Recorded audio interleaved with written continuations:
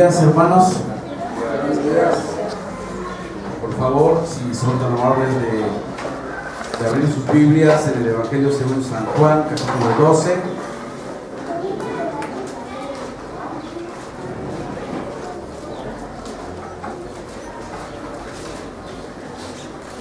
El Evangelio según San Juan, capítulo 12.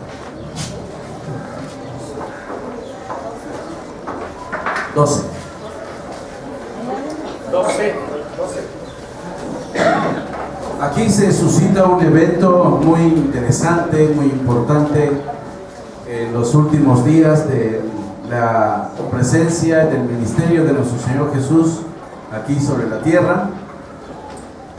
Momentos antes, tiempos antes de la entrada, conocemos, triunfal a Jerusalén. Y no nos vamos a detener en la entrada triunfal a Jerusalén. Nos vamos a detener en mirar y observar el evento que antecedió a ese momento de la entrada triunfal, que fue precisamente cuando en la casa de un tal Simón el leproso se suscita una fiesta muy particular.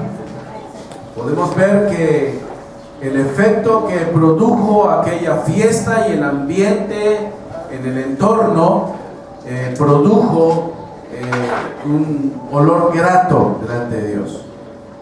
El apóstol Juan, 65 años después de este evento, escribe este libro y narra con detalle algunas circunstancias de ese evento. Y lo que llama mucho la atención es lo que la Escritura dice en este pasaje. Si me acompañan en el Evangelio según San Juan, capítulo 12, dice el versículo 3, la última parte: y la casa se llenó del olor del perfume. Imagínese usted, 65 años después de este evento aproximadamente, Juan todavía tiene bien vívido el momento y los detalles tan, o aparentemente tan insignificantes, como el que en la casa hubo un olor muy rico, un olor fragante. Quizás hay algunos hermanos aquí que girarán alrededor de los 70, 80 años atrás. ¿Recordarán algún evento, algún olor, algún aroma en particular de 65 años atrás?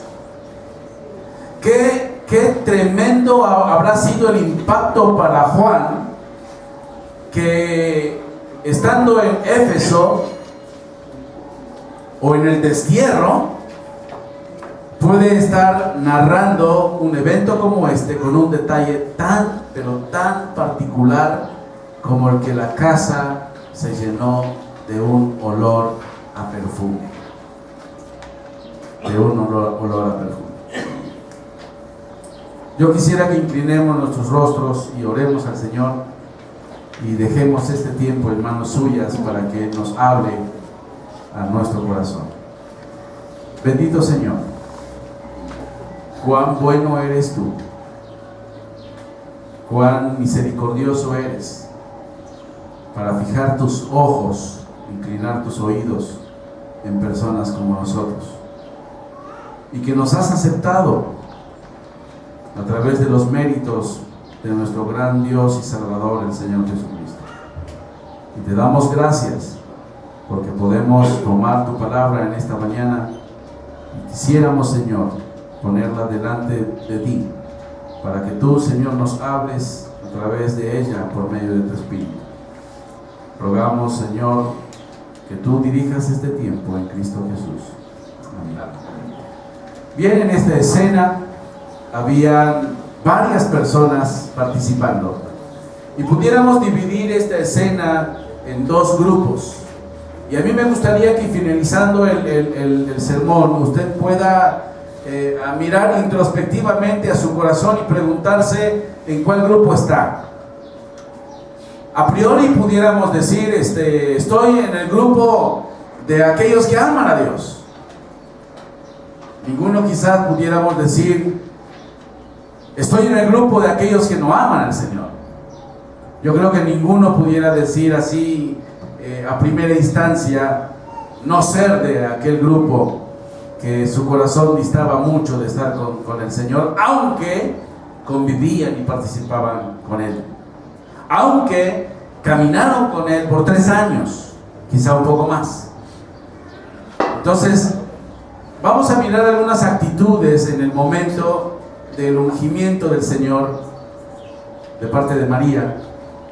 Vamos a ver algunas cosas interesantes con relación a este tema en particular y preguntarnos ¿en cuál grupo estoy? ¿En cuál grupo estoy?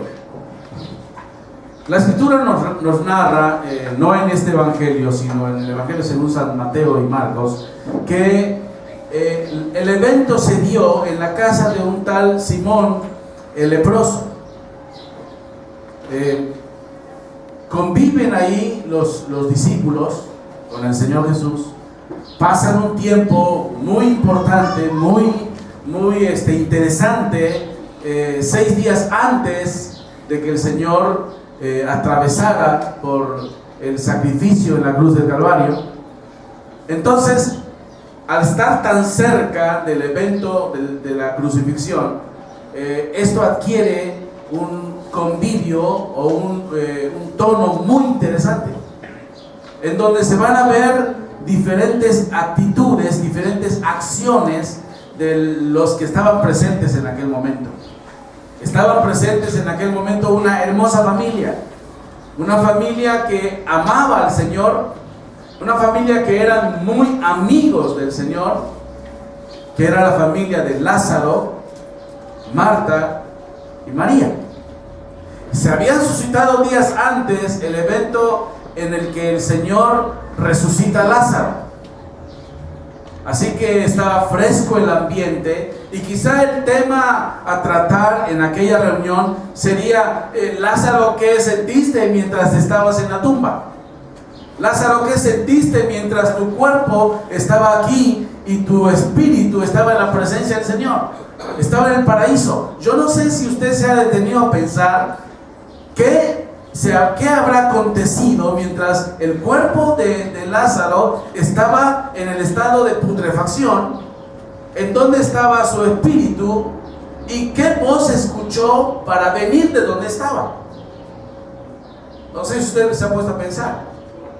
Quizá Lázaro estaba platicando con Elías. Quizá Lázaro allá en el paraíso estaba disfrutando de la comunión de los santos que habían partido con el Señor. Y de repente escucha una voz: Lázaro, ven. E isofactamente deja Lázaro su morada en donde estaba descansando junto a aquellos santos hombres de Dios y venir y tomar posesión nuevamente de un cuerpo en estado de putrefacción, e inmediatamente el cuerpo se transforma. Es un buen tema para platicar en una cena, ¿no? ¿No les parece? Pero había algo mucho más importante que aquella situación de Lázaro. Había algo mucho más importante, porque faltaban pocos días para que el Cordero de Dios fuera a la cruz del Calvario a ofrecer su vida, a ofrecer su sacrificio por usted y por mí. Ese es un tema todavía más importante. Y sin lugar a dudas, cuando pensamos en un tema como este, el corazón se vuelca a adorar, ¿o no? Creo que ya me voy. ¿O no, mis hermanos? Sí. Es un tema digno para platicar. Pero solamente una persona lo percibió en su profundidad. Una persona. En esos dos grupos había una familia de 3, y quizás una empatía muy profunda de Simón el leproso con su familia hacia el maestro. Pero también había otra persona que desgraciadamente con su influencia involucró aún a los discípulos, a algunos de los discípulos. Y veremos más adelante algo interesante con relación a esto.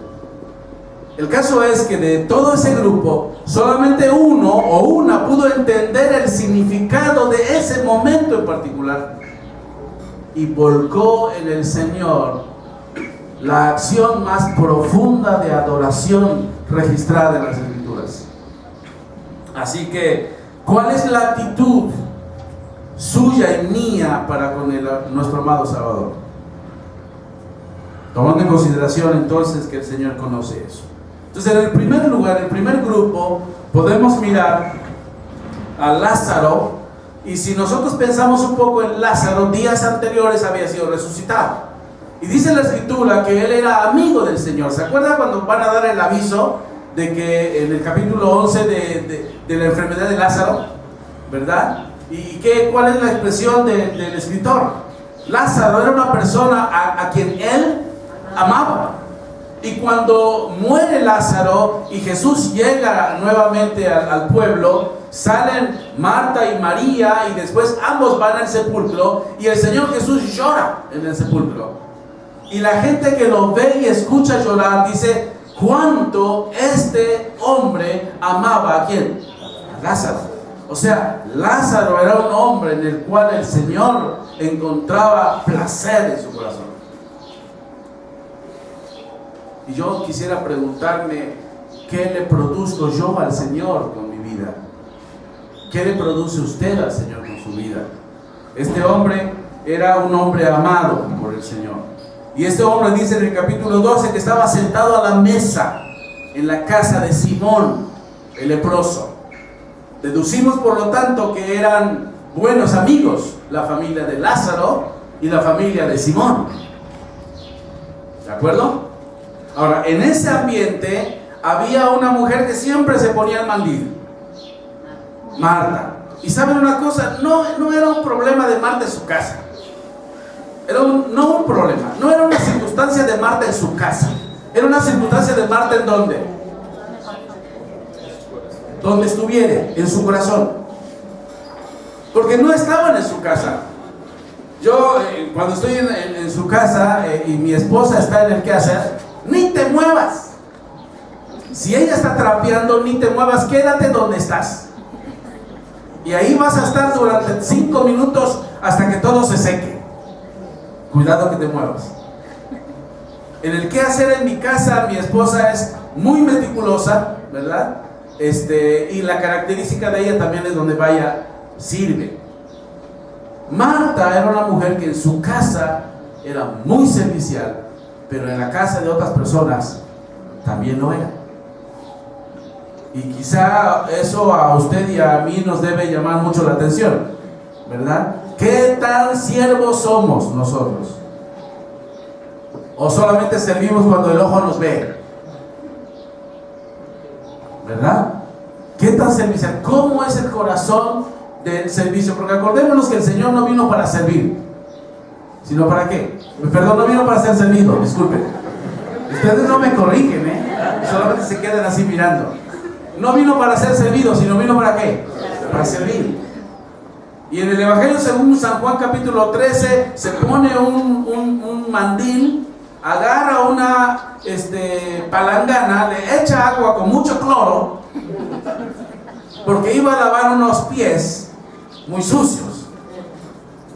O sea, el Señor nos muestra esa actitud que debe tener un siervo en el lugar donde esté. Y Marta era así.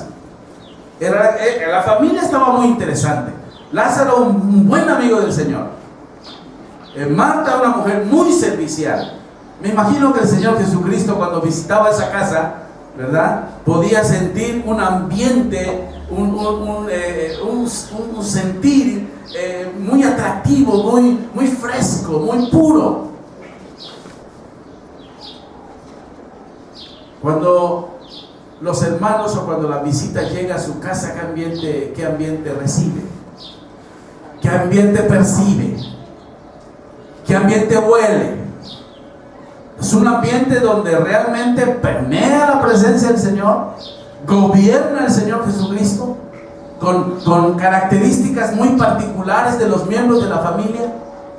Bueno, ahí estaba Lázaro, ahí estaba Marta, pero también estaba María. Y María, tanto en su casa como en la casa de Simón el leproso, siempre manifestó un deseo de estar al lado de ¿quién?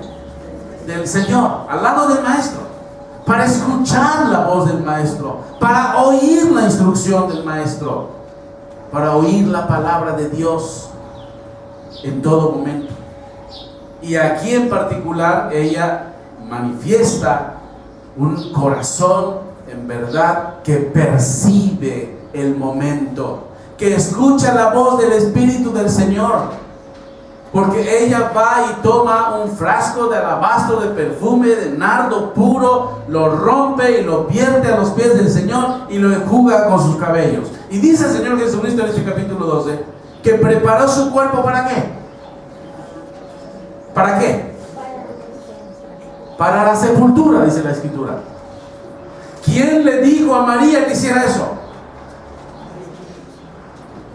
El Espíritu de Dios. Su corazón, su mente estaba alerta para oír la voz de Dios. Y todo hombre y mujer que dispone su alma y su corazón a buscar la voz de Dios, sin lugar a dudas, la escuchará. Y me temo que muchas veces en la vida nosotros los cristianos deambulamos por el camino de la vida sin escuchar la voz de Dios.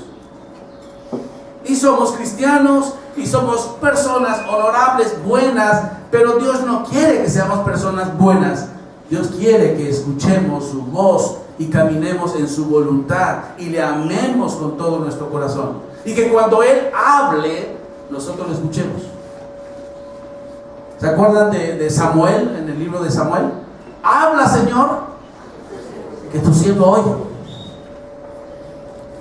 Habla, que tu siervo oye. Está dispuesto a oír. Entonces es una hermosísima familia. Y ojalá muchas familias nuestras aquí pudiera tener ciertas características en sus miembros en donde en verdad se pueda sentir un ambiente en donde gobierna Jesús y dirige Jesús, y podamos caminar como familias mirando al matrimonio, a los padres, a los hijos, reproduciendo el carácter de Jesús, disponiendo para escuchar su voz, dispuestos a servir como familias a los demás, servir los unos a los otros, no servirse los unos a los otros. Servir, que el esposo sirva a la esposa, que la esposa sirva al esposo, que los hijos sean servidos por los padres, que los padres sean bendecidos con el servicio de los hijos, y que ambos, toda la familia, podamos disponer nuestros oídos para escuchar la voz de Dios, no para aprender la Biblia. El problema de los cristianos no es aprender la Biblia. El problema de los cristianos es vivir la Biblia, escuchar la voz del Dios de la Biblia y caminar la vida en el renglón, en la dirección que marque el Espíritu de Dios. A veces caminamos la vida con cosas aprendidas, ¿o no es así? Ya aprendimos ciertas formas de hablar, aprendimos ciertas formas de conducirnos, aprendimos ciertas formas de reaccionar ante cualquier situación, y así sobrellevamos la vida cristiana. Pero esta familia nos da lección de que en verdad Dios ha permeado el corazón. Estaba este grupo ahí, y en medio de ese grupo, una de esas personas escucha la voz del Espíritu de Dios, que le guía a preparar el cuerpo del Salvador, del Señor, para su sepulcro, porque entiende que días posteriores iba a ir a la cruz del Calvario, cosa que ni los discípulos habían entendido cabalmente. Ella lo pudo percibir. Cuando miramos así las personas que adoran, empezamos a ver ciertas características de esas personas que adoran. Hermanos, yo me atrevo a decir que muchas de las cosas que nosotros hacemos en adoración no es adoración. Vamos a mirar en las Escrituras cosas que caracterizan precisamente una actitud de adoración. Y María, en este caso, nos va a mostrar algunas cosas, 4 cosas en particular, que muestran una actitud de adoración.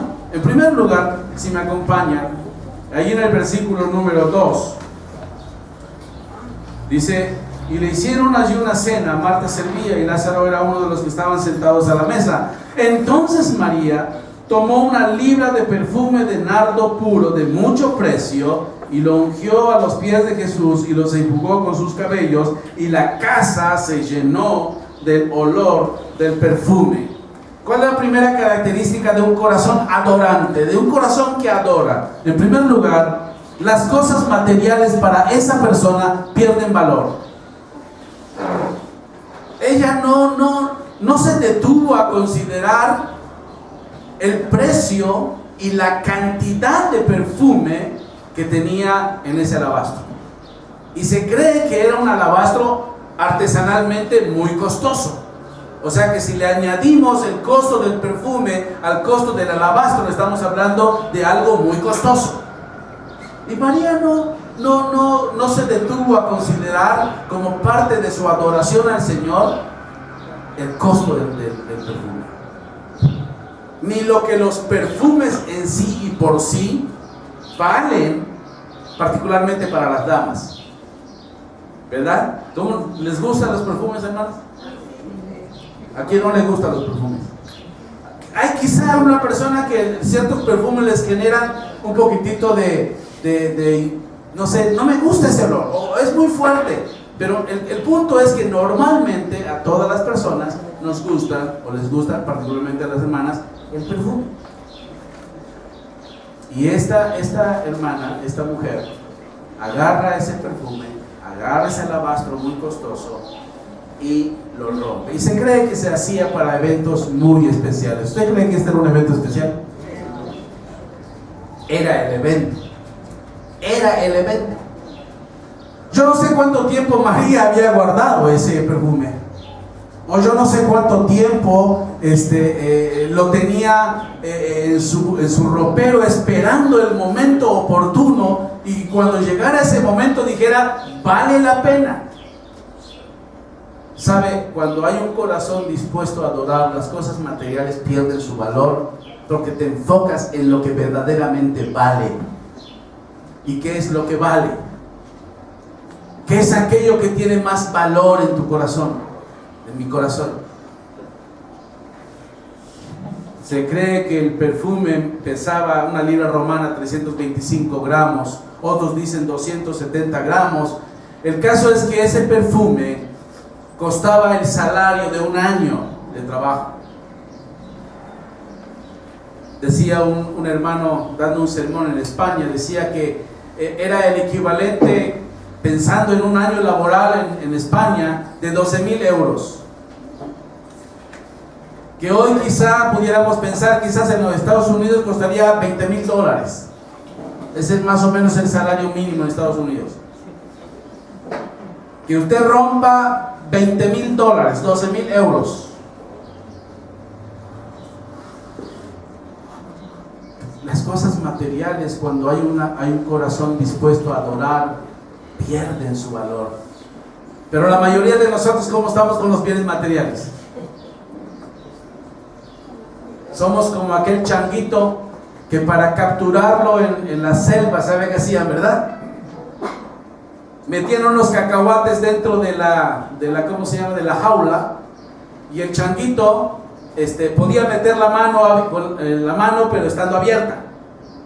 Y una vez agarrando los cacahuates o el maní, al querer sacar los cacahuates, ya no era posible, porque eso la mano cerrada ya no le permitía sacarlo del agujero. Esta mujer no dijo es que esto lo quiero para mí. Ella se desprendió con la libertad, porque su corazón no estaba en los bienes materiales. Su corazón estaba centrado en la persona del Señor Jesús. Un corazón adorante es así. Es un corazón que el anhelo profundo de su alma es Cristo, que no anhela otra cosa antes que el Señor. el anhelo profundo de su alma es Él, es el Señor. Por lo tanto, las cosas materiales pierden su valor. El dinero mismo como tal pierde su valor, porque el dinero solamente tiene la función de comprar, adquirir aquellas cosas que nos son útiles y necesarias. Las cosas materiales pierden su valor. ¿Cuál es el tesoro más grande de usted y de mí?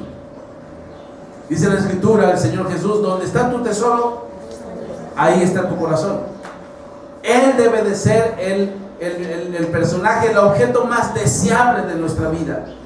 El tesoro más preciado de nuestra vida debe de ser Él, en todo momento y en todo sentido. Cristo es el tesoro más preciado para el creyente. Un corazón adorante así es. Un corazón adorante también entiende que renuncia, por así decirlo, al orgullo. Desaparece en el corazón adorante el orgullo y surge una humildad. Déjeme decirle esto: ninguno de los que estamos aquí puede determinar, yo voy a ser humilde. El día en que usted o yo determinemos, voy a ser humilde, ese día se metió en un problema. Porque el Señor Jesucristo habló de su carácter y Él dijo: yo soy manso y soy humilde.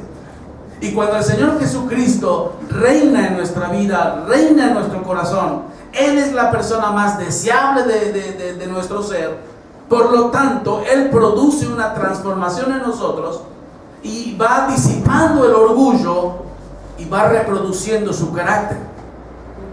Cuando Cristo es quien gobierna nuestra vida, entonces empieza a surgir en usted una vida de humildad producida por la obra de Dios dentro de usted. Así que mientras más identificados, mientras más en comunión estemos con el Señor Jesucristo, mientras más busquemos su palabra, más clamemos al Señor, que su Espíritu nos guíe y vaya produciendo el fruto de su Espíritu, entonces el orgullo se va disipando y el Señor va produciendo una vida completamente transformada. En un corazón adorante, por lo tanto, el orgullo desaparece y surge una vida de humildad. La humildad es una virtud que cuando usted piensa que la tiene, ¿qué ya pasó? Ya la perdió. Y la humildad no es una virtud que usted pueda decir: qué humilde que soy.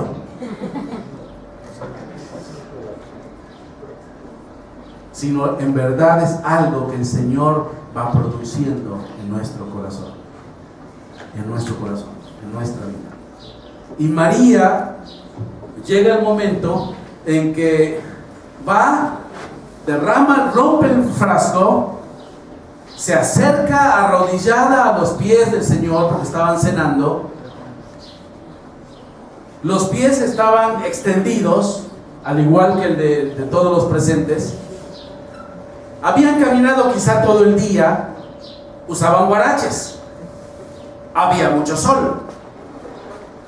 Por lo tanto, si hay sol, hay huaraches, hay polvo. ¿Cómo estaban los piececillos? Ella se rinde a los pies de su maestro y ahí empieza a tirar el perfume. No importa si los pies están sucios, y la actitud en sí misma es una actitud de humillación y de adoración. Más allá del perfume, se arrodilla delante del Maestro, delante del Señor, en esa actitud completamente adorante, de adoración. Ahí está. Ciertas características de los hombres y las mujeres que en verdad adoran. Las cosas pierden su valor. Él es el objeto y la persona más deseable de la vida. Desaparece el orgullo y empieza a surgir una vida de humillación delante de la persona de Dios. Y ahí estaba María, a los pies del Señor. A los pies del Señor. Y si usted se da da cuenta, aquí no hay una sola palabra, hermano, ni una sola palabra. Todo es una acción.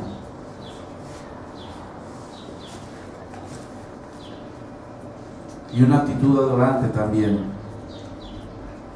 ya que entiende que es el tesoro más preciado, ya que entiende que es digno de adoración solamente Él, entonces entrega lo mejor de sí. Hasta ese momento, ¿el perfume era lo de más valor para María? Vaya que costaba mucho dinero. ¿Era de lo más valor de María? ¿Era lo más representativo de María? No. Lo más representativo de una mujer en aquellos entonces, ¿qué era? Su cabello. Y ya una vez vertido el perfume en los pies del Señor, María entrega lo mejor de sí y agarra su cabello con el perfume mezclado entre los pies, quizá con polvo, y empieza a secar los pies. María, con esta actitud de adoración, muestra que entrega aquello que es lo mejor de ella, entrega su propia gloria, por así decirlo, al Señor. No escatimó nada para sí mismo, para sí misma. Todo fue brindado al Señor. El apóstol Pablo en Hechos capítulo 20, versículo 24 dice que los creyentes no debemos de estimar nada de más valor que el Señor. Nada de más valor, solamente el Señor. Y María cumplió precisamente eso. Yo le pregunto en esta mañana, ¿qué es lo de más valor para usted, hermano? ¿Qué es lo de más valor para usted? ¿Su familia? ¿Sus bienes? ¿Sus éxitos personales? ¿Sus anhelos? ¿Sus metas? ¿Su carrera? ¿Su empresa? ¿Qué es lo de más valor para usted? ¿Qué es aquello en el cual usted encuentra verdadero deleite y satisfacción? ¿Qué es aquello que le produce mayor gloria a usted como persona? María se lo entregó al Señor completamente. Completamente. El día sábado pasado, hay una película que siempre se me olvida su título, A punta de lanza. Es la vida de los 5 misioneros que se fueron al Ecuador. ¿Sabe? Yo esa película la tengo en mi casa desde hace 2 años, o quizá más. Había decidido no verla y no la he visto. Porque creo yo que no es una película para verla y encontrar un deleite en sí mismo en verla. Y no es para verla para decir, pues yo ya la vi, ya sé la historia de Jim Elliot y su grupo. Ya me informé que fueron a Ecuador en los años 60 y murieron ahí en la selva a manos de los Aucas. No es una película para ver por curiosidad, no es una película para ver por gusto. Es una película verdaderamente sublime que cuando usted lo ve, se confronta. Se confronta. Yo conocí a uno de los hombres de la iglesia donde ellos estuvieron, que cuando ellos se fueron al Ecuador, dijeron, qué desperdicio, como veremos más adelante, qué desperdicio. Porque esos 5 jóvenes eran los mejores en su categoría en la universidad, los mejores.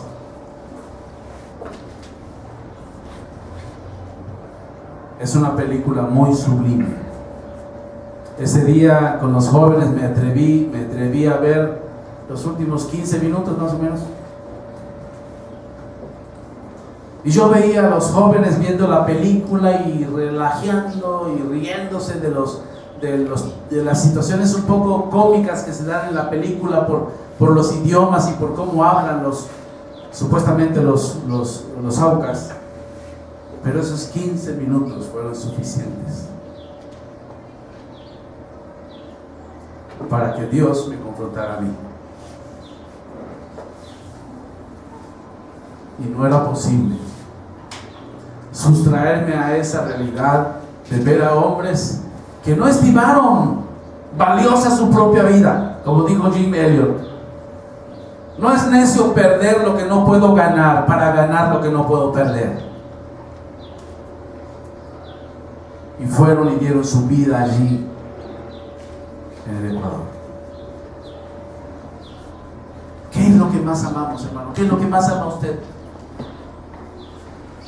Cuando hay un corazón de adoración, las cosas materiales del dinero pierde su valor, el orgullo empieza a desaparecer y Dios va transformando una vida de humildad y una vida de adoración, entrega al Señor totalmente aquello que es de más valor para nosotros, y nos rendimos a Él, nos rendimos a Él, nos rendimos a su voluntad, nos rendimos a su amor en nuestra vida.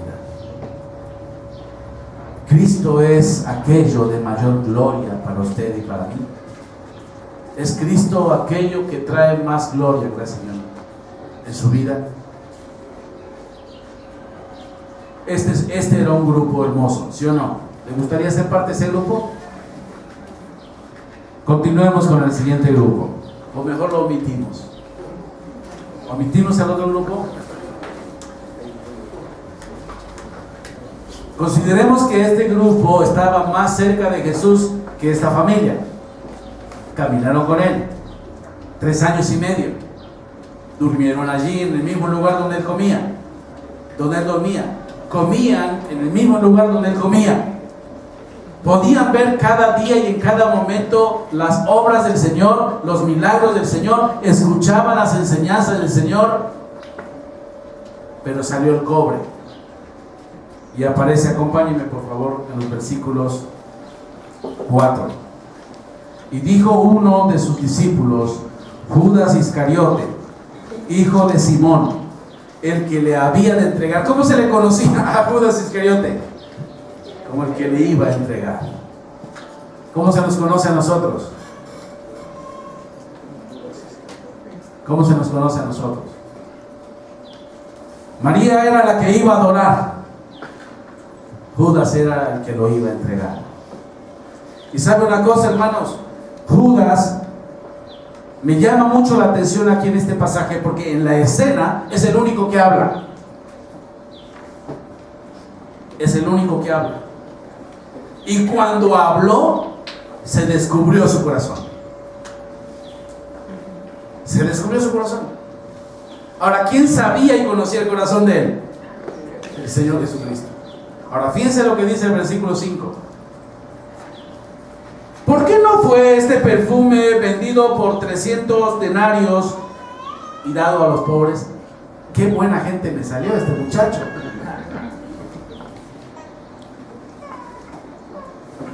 Sus palabras lo traicionaron, porque el Señor, por medio de su espíritu que guió a Juan a escribir esto, quizá Juan no descubrió en aquel entonces el corazón de Judas, sino ¿hasta cuándo? Hasta que lo escribió. Y por inspiración del Señor, al ser guiado por el Espíritu Santo a escribir este libro, Juan pudo entender cuál era la motivación de Judas. Y dice el versículo 6, pero dijo esto no porque se cuidara de los pobres, sino porque era un ladrón, y teniendo la bolsa, sustraía de lo que se echaba en ella. Quizá Juan no lo supo en el momento que se sucedía, pero lo supo después. Y sabe, muchas veces usted y yo podemos aparentar una cosa y podemos decir una cosa, pero Dios sabe y conoce nuestro corazón. Sabe y conoce perfectamente lo que somos. Y hay un pasaje de la Escritura que dice que tu pecado te alcanzará. Algún día el pecado nos alcanzará. Y quizá aquello que ocultamos y que nadie sabe, algún día Dios lo manifestará. Y aquí 65 años después, bajo la pluma del apóstol Juan, nos enteramos de el buen muchachito que era Judas. 3 años y medio aparentando que todo estaba perfectamente bien. 3 años y medio que su corazón se carcomía mirando que sus objetivos y sus planes no se cumplían. El Señor apuntaba para ser el rey y Judas se anotó pensando: algún día recibiré los beneficios de todo esto. Algún día será remunerado mi sacrificio por el Señor. Y pasan los días, los meses, los años, y en lugar de beneficios de un reino, empiezan a hablar de sufrimiento, y ya la situación llega a su colmo para él cuando Jesús profetiza que iba a ir a Jerusalén, y en Jerusalén iba a ser crucificado. Y todos los objetivos del corazón de Judas, las metas de Judas, cayeron por los suelos. Y lo único que empezó a percibir y anhelar era ver cómo sacaba beneficio de esa relación. ¿Sabe de dónde venían las ofrendas, hermanos, que Judas robaba? Del trabajo de un grupo de mujeres que salieron con Jesús desde Galilea. Y esas mujeres ayudaban para la manutención del ministerio de Jesús. Además de las ayudas y los apoyos que recibían en el desarrollo de su ministerio. Y Judas de allí sustraía. Y nadie lo sabía. No le había caído el fisco. Hermano,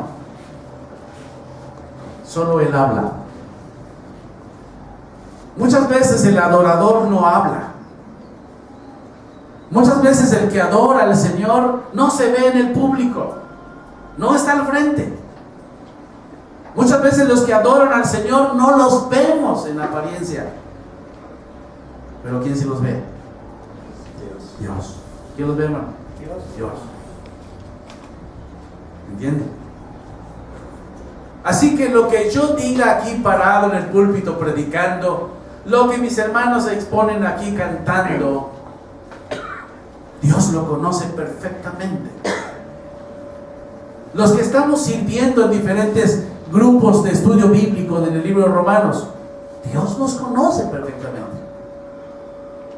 Aquellos que desarrollamos algún servicio visible en la iglesia, Dios lo ve en lo más profundo del corazón. Y tiempo después Judas es descubierto, y 2000 años después usted y yo lo estamos viendo como un tramposo, como un hipócrita, como un ladrón. ¿Y cuántos hombres y mujeres que han servido en los ministerios con el paso del tiempo muestran el cobre? Que Dios nos guarde de no ser de un grupo como este. Judas tenía un desprecio hacia la persona del Señor y le daba mucho más valor a los bienes materiales. ¿Qué hacía María? Lo opuesto. Para ella perdía valor los bienes y las cosas materiales. Para Judas era lo que tenía valor. Y estaba dispuesto hasta a robar.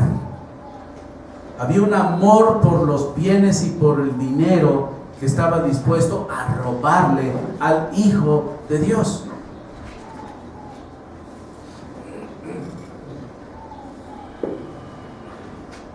Y eso me llama la atención por la frase que dice el apóstol Pablo en 1 Timoteo capítulo 6 versículo 10: la raíz de todos los males es el amor al dinero.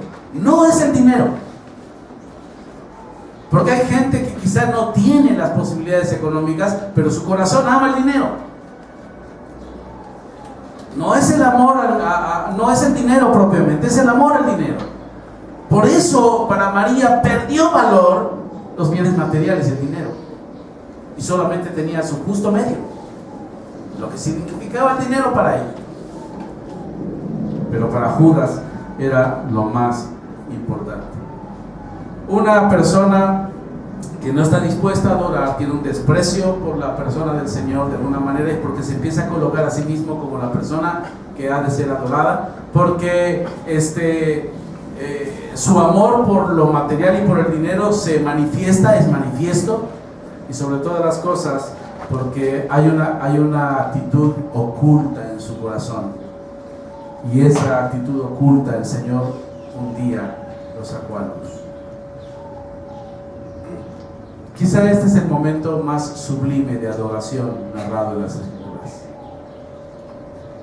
al grado tal que el Señor Jesucristo dijo que cuando pasen los siglos, dice que todavía se hablará de lo que esta mujer hizo. Y han pasado 20 siglos, 21 siglos, y todavía aparece lo que esta mujer hizo para adorar, en adoración al Señor. 21 siglos. Usted y yo estamos leyendo del corazón de adoración de María.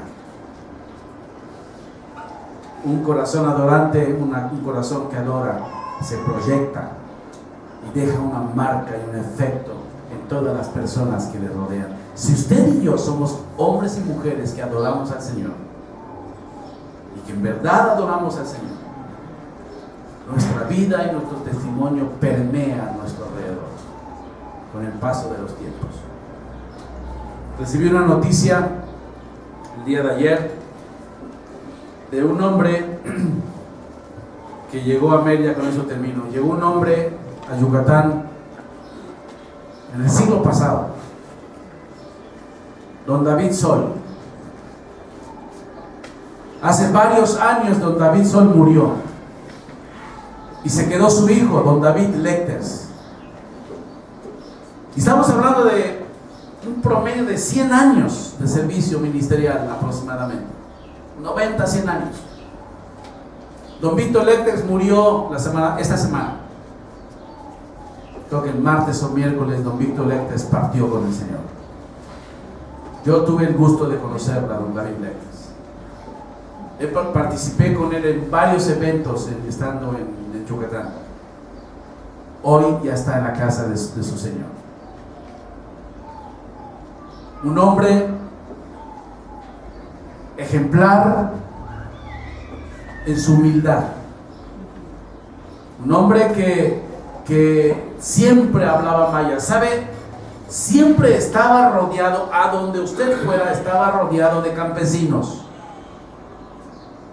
Y los campesinos estaban abrazados con él. Y usted podía ver a don David Lecters, un hombre de 1.95, grandote, abrazando a los indígenas yucatecos. Yo soy gigante en Yucatán, para que se den una idea.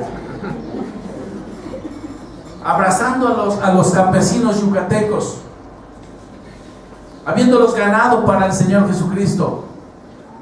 Siempre rodeado de gente sencilla y hablando 90% de su tiempo